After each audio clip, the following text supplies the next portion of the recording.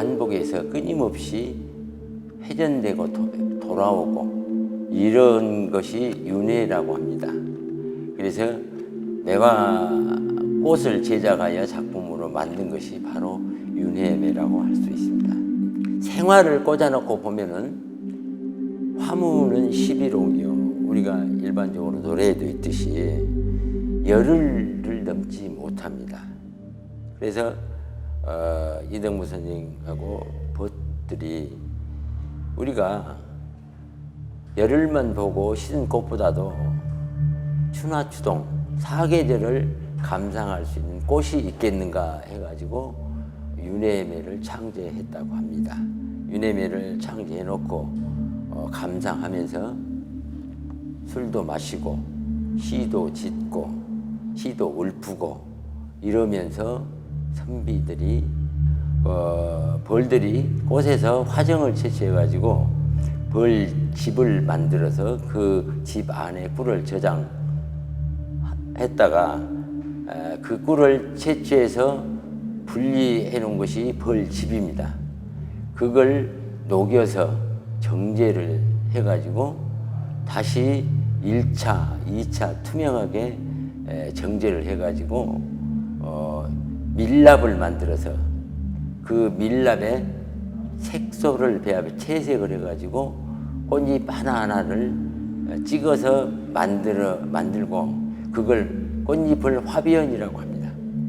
꽃에는 꽃술이라는 게 있습니다. 그래서 암술과 수술을 만들어서 밑에 화변까지 만들어 가지고 하나하나 조립해서 한 송이의 윤회매 꽃이 완성되는 겁니다. 모 방송국 기자가 미국 버클리 대학 도서관에서 이 자료를 발견하게 됐어요. 그래가지고 그 자료를 가져와 가지고 2004년도에 공주에 계시는 청암 오문계 선생님에게 의뢰를 해가지고 이것을 재현을 해서 다시 탄생하게 해서 지금 현재 윤회매까지 발전되어 왔습니다. 웬 여름에 매화꽃이 피냐 이렇게 문의하신 점도 있어요.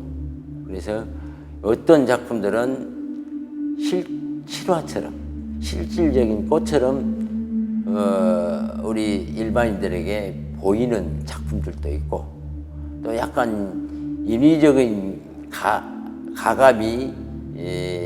가갑을 해가지고 조금 다르게 보는 면도 있고 그러거든요. 그래서 저는 나름대로 자연 속에 갇히지 않고 자연스럽게 감상할 수 있는 겨울에 아무리 추운 겨울이라도 꽃눈이 얼어붙지 않고 가장 일찍 피는 꽃이 매화입니다. 그래서 보춘화라고도 일명 이렇게 일컫고 있습니다. 그리고 매화꽃을 보면은 사람 마음이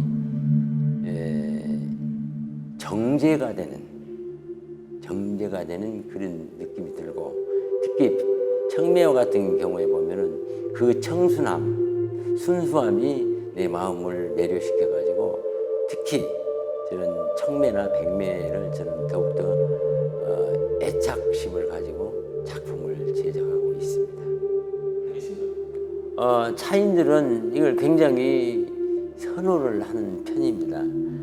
우리가 차를 마실 때 그냥 수구에다가 따라서 차만 마시는 것보다도 이렇게 조그마한 다화를 밀랍화를 차판 위에 올려놓고 감상해 가면서 분위기도 좋아지고 그러지 않습니까? 상호간에 어색하지도 않고 얘기하다가 대화가 좀 맥힐 때는 윤회매 예쁘다 이렇게 하면서 친교를 더욱더 돈독하게 할 수가 있고 그래서 일반인들은 모르지만은 윤회매를 아시고 차를 즐기시는 분들은 필수적으로 하나씩 가지고 계시는 것도 좋지 않을까 이런 생각을 가져요. 그리고 실질적으로 그러길 원하시는 분들이 많습니다. 우리가 찻잎으로 차를 만든다고 해서 전부 보이차가 될 수는 없습니다. 보이차의 정의가 딱 정해져 있어요. 운남성에서 생산되는 교목, 관목이 아니고 교목 대엽종으로 만든 차를 보이차라 한다. 이 정의가 딱 나와 있습니다. 그래 모르신 분들은 차를 숙성시키면 보이차가 되는 줄로 아시는 분들이 상당히 많습니다. 근데 그건 잘못된 정보이고, 또 이 보이차를 선호하신 분들이 어떤 차창 브랜드를 선호하신 분이 계시고, 실질적으로 산지별로 자기 입맛에 맞고 자기 몸에 맞는 그런 차를 선택하신 분들 계시고, 보이차라는 것은 우리 일반인들의 인식이 비싸다는 인식이 관념으로 딱 베껴 있습니다. 사실은 보이차가 비싼 건 아니거든요. 이게 보이차 한 편에 357g인데 이것을 다른 차하고 비교했을 때 무게로 따져서 비교를 해보면 굉장히 싼 거예요.